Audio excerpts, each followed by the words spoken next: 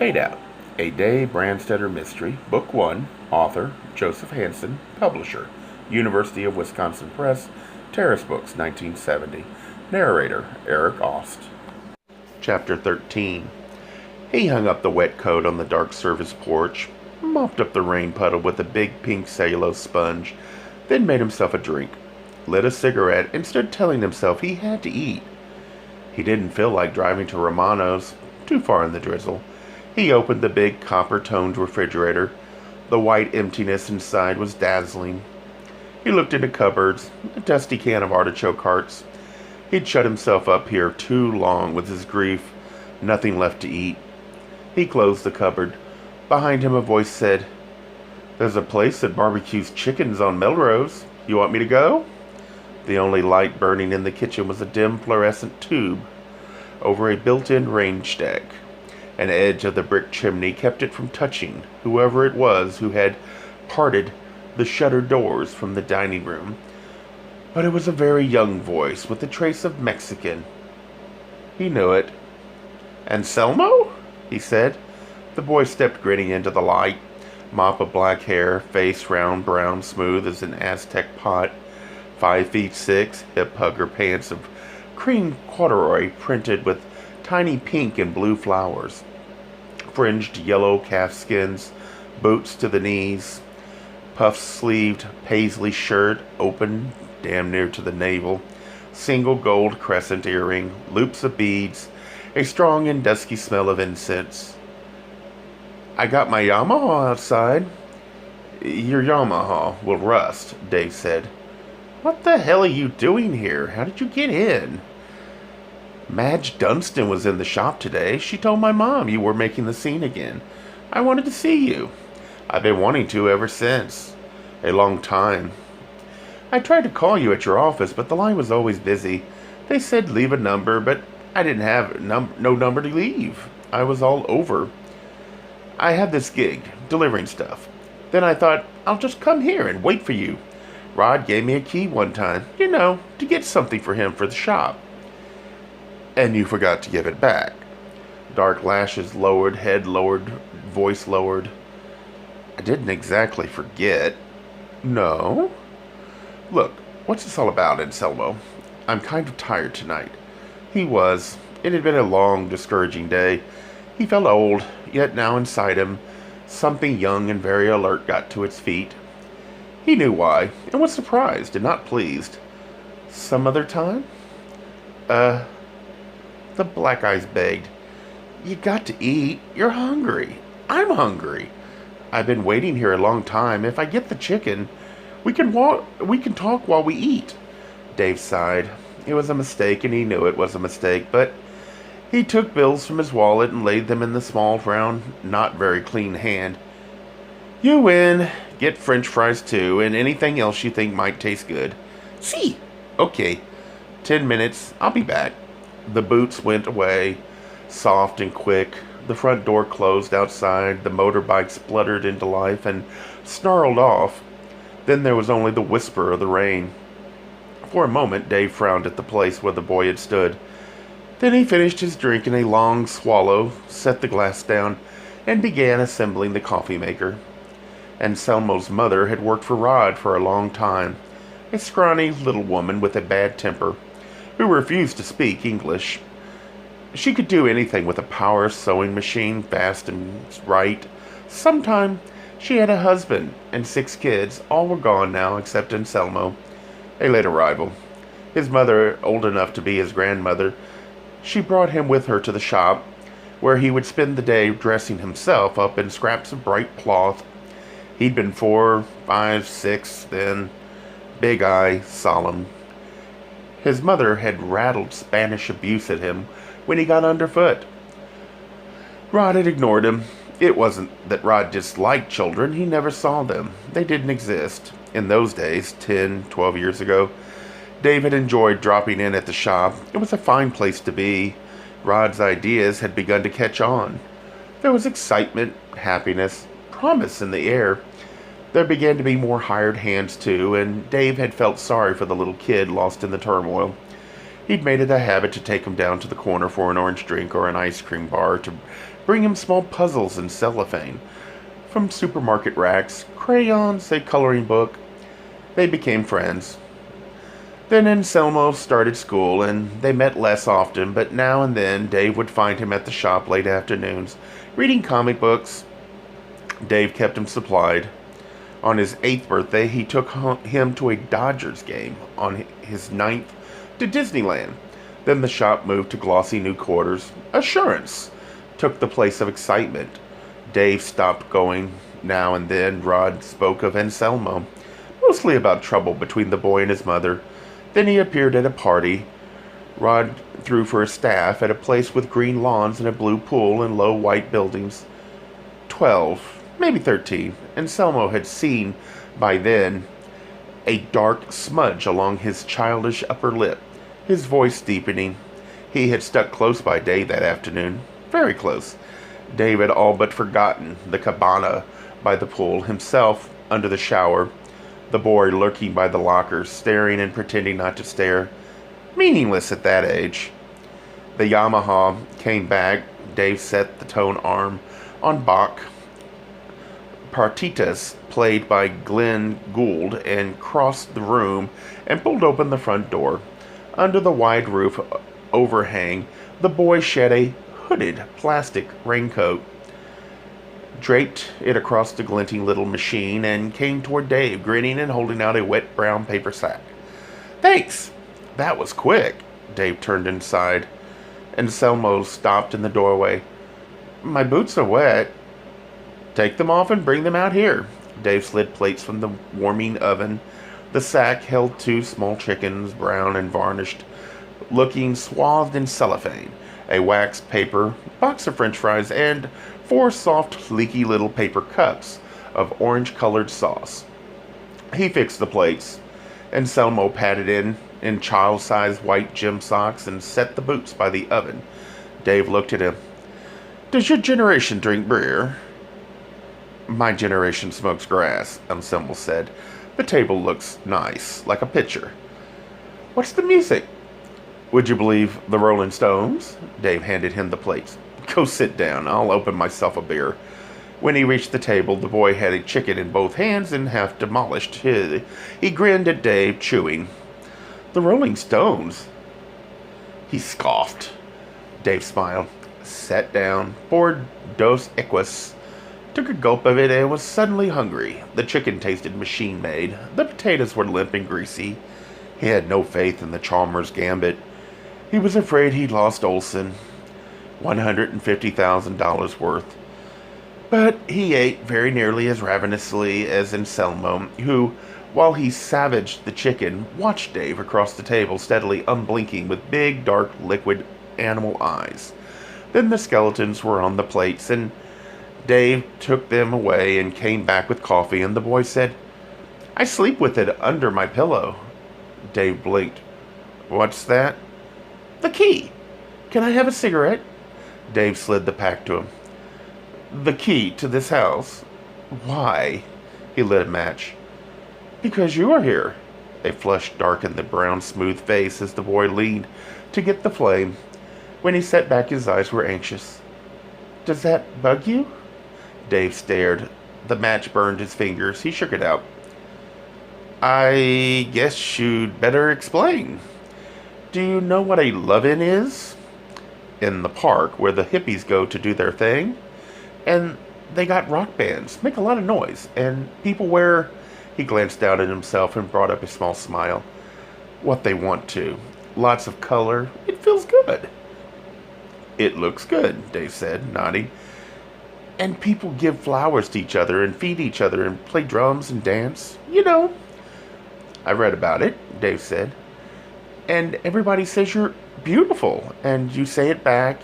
It don't mean how your face is made up or like that. It means how you are inside. Man, you know, loving everybody and everything, feeling good about flowers and birds and babies, and like that about everything. You understand?" "I'll have to go to the next one," Dave said. "No," Anselmo scowled. "No, it's a fake. Don't go. They think all this, what I told you, is the way it is, but it ain't." Oh, maybe for a few people, but mostly they're freaks there. Like fat, pimply girls. They might give you flowers and smile, but it's not love. They want they want to be bald. Nobody in their school or any place will ball them. They're too much dogs. They come alone because nobody will bring them, and they tell you, like everybody, you're beautiful and all that, but if you hang around them pretty soon, they grab your hand and put it under their shirt or up their crotch. It is sad. They don't know anything about love, like what a love-in is supposed to be. He picked up his cup of coffee and set it down again and looked at Dave and said, "You do. You're the only one I know. It's kind and giving, and it don't try to get nothing." "The Pauline ideal," Dave said. "You should be a priest, Anselmo." "Shit," Anselmo said. "They fake it too. I know them. It's money they want, and to run people anyway. I like sex. I like it a lot, but not like I've got a faucet and somebody's thirsty so they turn it on and drink and then turn it off and walk away. Like this cat in Venice Beach. I'm down there goofing, and he takes me to this pad where they got mattresses and pillows all over the floor, and everybody's laying around naked and blowing pot and like stroking each other. Real gentle, you know?" He set forward, and the beads rattled against the table. "Carista, love by touching. It feels good, and everybody there is real cool, only not me. I'm not hip to the sea. Right away, my cock is up, and then he's doing it to me. Well, he's a nice guy. Beautiful. I want to do it to him, too, only he won't let me. So I come and he goes. I went back to Venice 4-5 times looking for him. No place. Then I ran into him in a head shop on Fairfax. He tried to duck out, but when he knew I saw him, he gave me this shit-eating grin and split. He was with this chick. It made me feel bad. Almost as bad as the woman I went with first. My first time, she was on this bus. I used to ride home from school, and she had this house and these little kids. And she took me there and laid me. But good. And it went on, and then one time there's this man there when I come, and she runs me off, says it's her husband. I'm 14. I believe her. Then I find out he's just a new stud. She has new studs every couple months. It made me feel bad. The music stopped. Dave rose and turned the record. Numbly, he brought coffee from the kitchen, refilled the cups, sat down, gave Anselmo another cigarette, lit it for him, lit one for himself. The boy went on. It happens to me all the time. I met this guy in Hollywood Boulevard. Not a kid, a man like you. Nice. I went with him because I liked him, and afterward he tried to give me money. $5. Shit! Despair twisted the child's mouth. I cry every time, lay on my bed with my face in the pillow and cry like a little kid. And do you know what I keep saying when I'm crying? I never even knew I was doing it at first. Dave. I say Dave. Anselmo. If this is a put-on, Dave began. No! The boy shouted. It meant it. I've been in love with you from 6 years old. Sure, I didn't know it was love. I didn't know what it was, just a feeling like you were the best you know, the greatest. I used to wait for you to come to the shop, and then after a while you didn't come no more. But I didn't forget, and when Rod threw that party and my mom told me you'd be there, I begged her to take me to see you. I had to ditch school, and she didn't like it, but she let me go because I bugged her so, and then I knew I was in love with you that day. His eyes were accusing. I bet you don't even remember. I remember, Dave said. You took a shower. You were beautiful naked. I wanted to get in with you, and Selma shrugged. I didn't know anything like that what to do. I just wanted to be with you and put my arms around you and kiss you. Little kid stuff. I mean, I was jacking off all the time by then, but I didn't connect it up. Sex with love. With what people in love did. Anywhere, there was Rod. You understood about that? Not too good. My mom told me. She put it pretty vague, and I was dumb. I didn't really understand, but I knew you don't bust up somebody's staying dig. So I just said to myself, forget it. and looked for somebody else. But they were all bad trips, freakouts, and I kept remembering you. I couldn't help it. Then Rod gave me the key that time, and I came in here, just walked in. My heart was beating loud, and I was shaking scared. I had it in my head you'd be here. I was like 15 then, and I didn't have no control. It would have been wrong. Because of Rod, I understood by then, but I was out of my head wanting you. It had to happen. Only, and Selma laughed at himself softly, you weren't here. He watched his small, chicken greasy fingers turn the cigarette in the ashtray. He shook his head, ashamed. You know what I did? Took off my clothes and got in your bed and pretended you were there. Kids do crazy things. One of them is doing a crazy thing right now. And Selma didn't hear. I came back and did it every time I could. For a while, he said. Then, I don't know. It only made me feel worse, but I kept the key. He drank coffee and set down the cup. Then Rod died. The funeral was the first time I got to see you in years. You was still very beautiful to me, but you were hurting too bad. I couldn't say nothing to you then, so I waited as long as I could, and then I tried to call you, but you didn't answer the phone. I came here and knocked, but you didn't open up. I used the key. It was very dusty in here, and you were laying on the bed in your clothes, and you looked right at me, and you didn't even see me. I said hello or something, and you didn't say nothing. It was scary. I don't remember, Dave said, but I'm sorry. No, I was a jerk. I thought I knew what it was to be sad. I didn't know. Try not to find out, Dave said. But today, when Mad said you were okay and working again and all that, I came back. You got to have somebody. He was solemn. His eyes were wide. I wanted to be me. Dave drew a deep breath. How old are you, Anselmo? Pride. I'll be 18 my next birthday. And I'll be 45. Look, you're very beautiful. You must know that. I want you. You must also know that, but I'm not going to bed with you. Because there's something I know that you don't. It would be another bad trip for you. Maybe the worst. Why? You mean because I'm a dumb kid? You'd get tired of me? You'd get tired of me. First, my books, my music, and I'm a morose bastard. Rod used to say so. He was right. Find somebody young, Anselmo. If you'll forget me, that won't be so hard. Somebody to keep you laughing and happy, the way you should be at 18. I won't be happy. The boy stood up, shaking his head. Not without you. I'd rather have you for just one time than anybody else forever. Because I don't know what is this morose, but you are good and kind. There isn't nobody else like you in the whole world, and I've wanted you for all my life. I don't need to laugh a lot. I'll listen to your music. I'll read your books. He came around the table and stood beside Dave's chair. I'll do whatever you want. Dave looked away. I want you to go home. Why? The law? You think I'd think on you? It never crossed my mind. Dave rose and looked down into the dumb black eyes that would never understand anything he said or did.